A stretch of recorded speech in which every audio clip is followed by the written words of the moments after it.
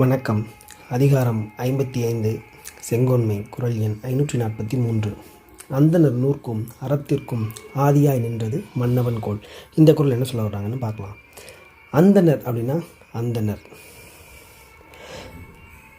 அதாவது அந்த அந்தணர் அவங்களுக்கு பார்த்திங்கன்னா நூற்கும் அறத்திற்கும், அந்த அந்தணர்களால் போற்றப்படுகின்ற அறத்திற்கும், அந்தணர் அப்படிங்கும்போது ஒரு சரியான கரெக்டான வாழ்க்கையை வாழ்பவர்களை அந்தணர்கள் என்று அழைப்பார்கள்.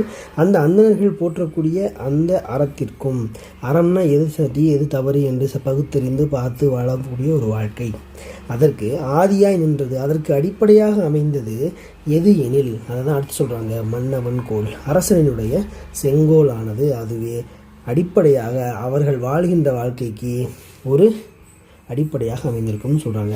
அதாவது நம்ம கிறிஸ்பா என்ன புரிஞ்சுக்கலாம் அப்படின்னா, அந்த குறள்லேருந்து அந்தணர் போற்றக்கூடிய அறத்திற்கு அடிப்படையாக அமைந்தது அந்த அந்தணர் வாழக்கூடிய அந்த நாட்டை ஆளும் அரசனது செங்கோல் ஆட்சியாகும் அப்படின்ற மாதிரி நம்ம புரிஞ்சுக்கலாம். அதை தான் ரொம்ப அழகாக திருவள்ளுவர் அவங்க இந்த குறள் மூலமாக சொல்லியிருக்காங்க. குறள் விளக்கம். அந்தணர் போற்றும் ஞான நூல்களுக்கும் அறத்திற்கும் அடிப்படையாய் அமைந்து உலகத்தை காப்பது அரசனுடைய செங்கோலாகும். நன்றி. நாளைக்கு அடுத்த குறளில் சந்திக்கலாம்.